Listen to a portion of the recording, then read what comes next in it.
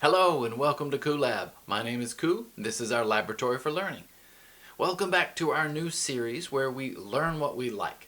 We take learning outside of the textbooks and look at topics and areas that you might enjoy and learn the vocabulary associated with that. We're getting to the baseball season. It's just started. Everyone's getting excited. So these are some fun words that you might want to take a look at or that you might hear when you're listening to a baseball broadcast. Now, we're not going to include words like single, double, triple, basic words. These are fun, sometimes idiomatic expressions that you may think to yourself, what did he just say? If you hear it on a broadcast. It's those kinds of words. And if you know 10 of these words, you can consider yourself an advanced English baseball vocabulary knower. All right, let's go ahead and jump into it. Let's start our first Lab. Okay, first up on our vocabulary word that you may or may not know is the phrase designated hitter, or DH for short. It's a noun that means a player who bats in place of the pitcher, but does not play defense. Now you may know a famous designated hitter from last year. Shohei Ohtani was a designated hitter. He hurt himself pitching, so he wasn't a pitcher, and he also didn't play a lot in the outfield. So he was most of the year a designated hitter. Let's look at an example sentence. Because the pitcher didn't bat, the team used a designated hitter. So someone whose only job it is to bat. A long time ago, the American League and the National League had different designated hitter rules. The American League always used a designated hitter, and the National League, the pitchers had to bat. Nowadays, both leagues use a designated hitter. Okay, our second vocabulary word. This is the word slugger. Now, slugger is a noun, and it's a word that means a powerful batter known for hitting home runs. So again, a special mention to Ohtani, who is considered a slugger. Let's look at that example sentence. The team's fourth hitter in the lineup was a slugger who had already hit 30 home runs this season. Our next vocabulary word is the word closer. Now, closer is a noun, and it refers to a relief pitcher who usually pitches the final inning to secure the win. So when we get to the ninth inning, a lot of pitching has gone on. You bring in a special pitcher whose job it is to get the final 3 outs and win the game. That person is called the closer. Let's look at an example sentence. The team brought in their closer to protect the 1-run lead in the 9th inning. Our next vocabulary word, the word bullpen. Bullpen is a noun that describes a place where pitchers go and warm up. So if we look at our definition, the area where relief pitchers warm up, and often refers to the group of relief pitchers. So the starting pitcher, or the pitcher who is pitching right now, is pitching from what's called the mound. Over on the side of the field is an area where the next pitchers might warm up before they come into the game. This is called the bullpen. It also refers to those pitchers. So if we look at our example sentence, the starter was struggling. So the manager called for a pitcher to warm up in the bullpen. So the manager is going to call in another pitcher and bring him into the game. Maybe even the closer. Our next vocabulary word is the word southpaw. Now, southpaw is a fun noun that describes a left-handed pitcher. Now, if we look at our example sentence, the team started a southpaw tonight to give the right-handed batters a tough matchup. Now, what this usually means is that if you throw with your left hand, the people who bat with their right hand have a harder time hitting the ball. It gets to the plate faster. And so usually, if your team has a lot of right-handed hitters, the other team might throw a left-handed pitcher or a southpaw. Okay, our next vocabulary word is the word cycle. Now, cycle is a noun that describes a situation. It is a situation where a player hits a single, a double, a triple, and a home run all in one game. So you are said to have hit for the cycle if you get all of those hits in one game. Hitting for the cycle is quite rare. It's happened a few times, but it's pretty incredible when someone hits for the cycle. Everyone gets excited for the last part of the cycle. Let's go ahead and look at our example sentence. The crowd cheered loudly as the batter hit a triple to complete the cycle in the 7th inning. So again, everyone, he probably hit a single, a double, and a home run, and everyone was waiting to see if he could hit a triple for the cycle. Okay, our next vocabulary word is extra innings. So extra innings describes any additional innings played if the game is tied after 9 innings. So you play 9 innings, and then if for some reason it's tied, you play one additional inning or an extra inning until one team wins the baseball game. You play one more inning. If it's still tied, you play another. If it's still tied, you play another. They get very exciting until one team ultimately wins. So let's look at that example sentence. The score was still 3-3 after 9 innings, so the teams went into extra innings. Okay, let's look at our next vocabulary word. This one is called the warning track. So the warning track is a noun that describes a strip of dirt or rubber just before the outfield wall. Sort of alerts fielders they are nearing the fence.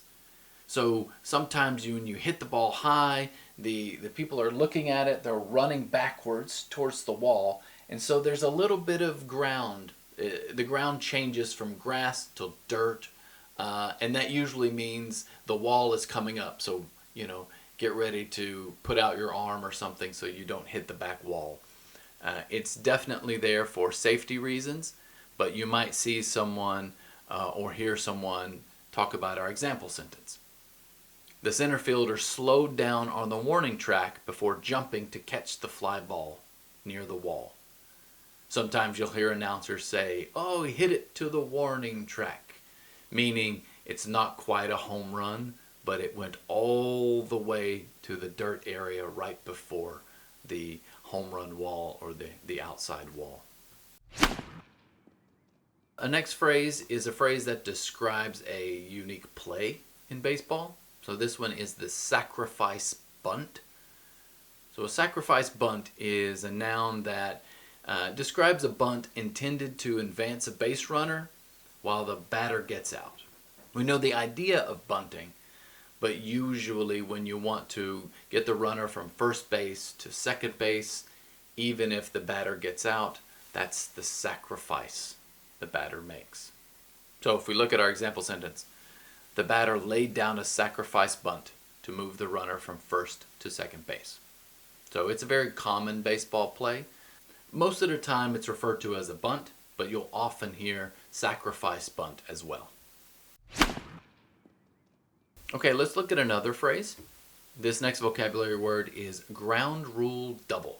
So ground rule double is a special play where a batter hits a ball and that hit bounces in fair territory and then out of play. So awarding the batter second base.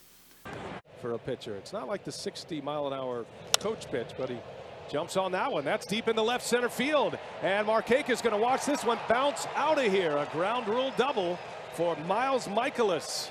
So usually they hit the ball really hard. It doesn't go out of the park for a home run. It bounces. The bounce is so high that it goes over the wall. It doesn't count as a home run. It counts as a double. And so that is called a ground rule double. So let's look at that example sentence for ground rule double. The ball bounced over the fence for a ground rule double. So the batter and runner had to stop at second and third. So even if a runner was on first, they can't go all the way home. They have to stop after 2 bases. Ground rule double. Basically, there's no chance for the outfielder to throw the ball or to make a play. It's now in the stands, but it wasn't a home run. So everyone just gets 2 bases. Ground rule double. Okay, another fun word that describes a special play is triple play. Now, triple play is a noun, and it's very rare in a game, very rare in a season or a career. So a triple play is a defensive play where 3 outs are made in one continuous sequence. Doesn't matter. It's first and second, no one out. To third. Rolling. There's 1, 2. Triple play!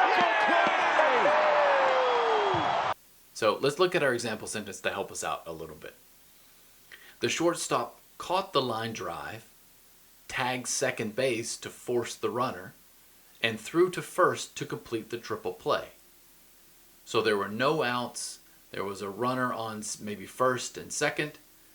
And so the shortstop caught the ball, got the runner out at second, and then threw over to first to get the third out. So 3 outs in one play is called a triple play. It's very rare, but very fun if you ever see it happen. Okay, our next vocabulary word is one of the more exciting vocabulary words in all of baseball, in all of sports really. This is called the walk-off.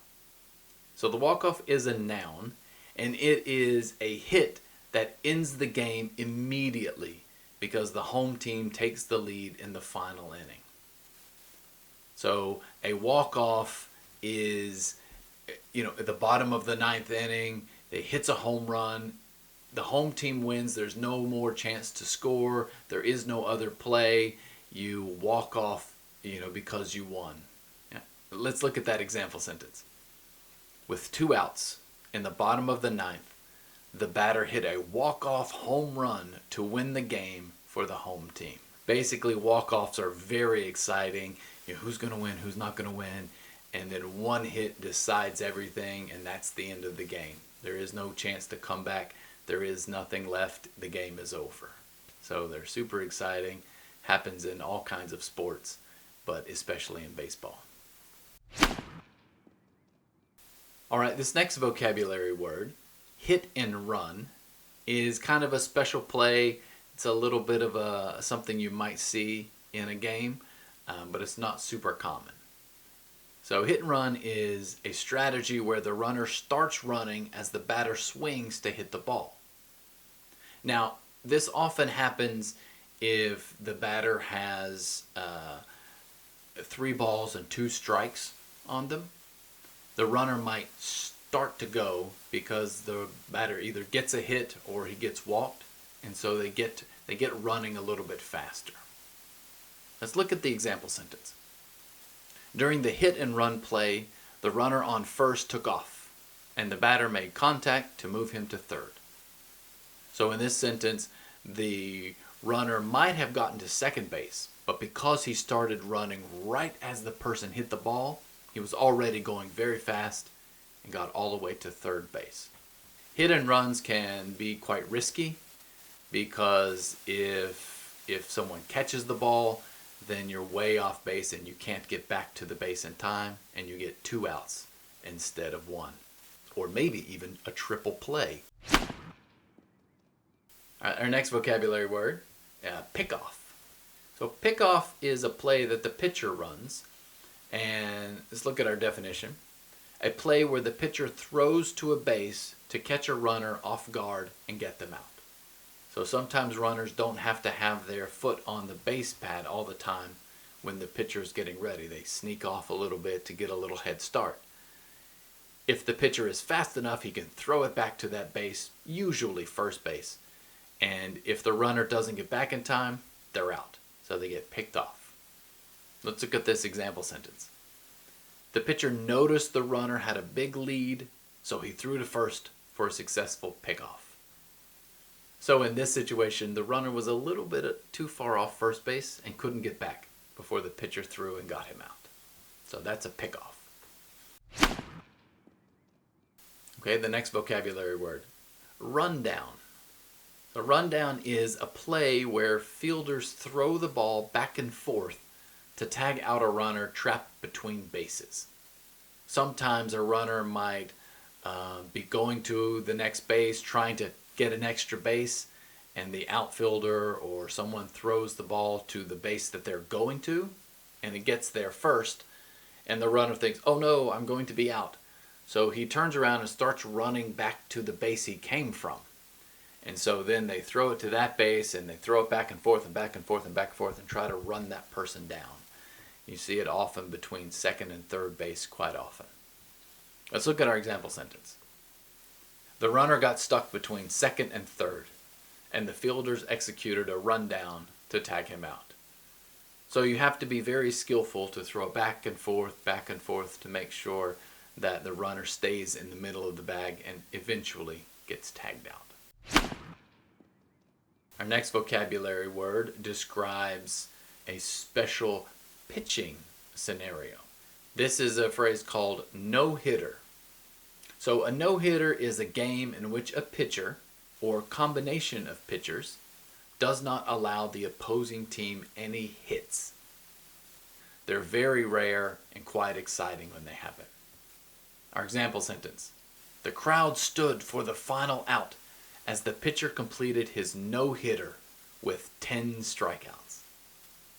So in this case, the pitcher didn't allow any hits, and he also struck out 10 players on the other team. Okay, let's look at some verb phrases and idiomatic expressions that are often fun in baseball. So the first one we have is the phrase caught looking.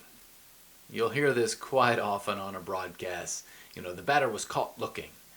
And that's a phrase that means the batter strikes out without swinging on the final pitch or the final strike. So if they're standing there, they're waiting, and the ball goes by and it's strike 3 and they didn't even swing the bat, that means they were caught looking.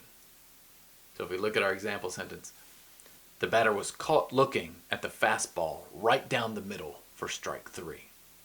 So usually it's not very good if you were caught looking. It means you didn't recognize it was a strike, and it's a little bit embarrassing. So you will hear this on the broadcast if someone strikes out. Such and such, so and so was caught looking at strike 3. Okay, the next one is one of those words that you definitely, if you know it, your baseball vocabulary is quite high. This one is called chin music. So this is a noun that is basically about a fast pitch thrown high and inside near the batter's face, usually to intimidate. So chin music is if a batter gets really close to home plate and hunches down a little bit, and you want to back them away from the plate to give them a little more area, or you want to intimidate them a little bit, you'll throw a fastball that goes right by their chin. So right by their chin, and it's pretty aggressive. Usually batters don't like this, teams don't like this. It's a very aggressive move by the pitcher. And you might hear some people get very angry if you throw someone a little bit of chin music. Now let's look at that example sentence. The pitcher threw some chin music to back the batter off the plate after he crowded it. So this is something you might hear, especially on radio broadcast or sometimes television broadcast. If a pitcher throws a pitch high and inside, they might say, ooh, a little bit of chin music there. So chin music is quite fun, quite interesting word, and definitely one to put in your Major League Baseball vocabulary book. So the next vocabulary word and phrase is the phrase in the hole. So in the hole is an idiom that describes the place where the batter who is next after the on-deck hitter. So he's the third batter to bat in an inning. So you have the regular batter, you have the person who's on deck, and then you have the third one who's in the hole. And that hole is usually the dugout area, but you'll hear them say this phrase usually at the top of the inning where a team is ready to bat. They'll say the 3 batters for today, such and such on deck, and such is in the hole. Let's take a look at that example sentence. With 2 outs, the team's best hitter was in the hole, hoping to get a chance if the inning continued. So the best hitter was the 3rd batter to bat. So he was waiting. He needed 2 people in front of him to get on base or to make a hit before he could reach home plate to bat. Okay, the next phrase is a fun phrase. This one is called a frozen rope. So a frozen rope describes a hard hit line drive with little arc. So like a straight line, like a rope.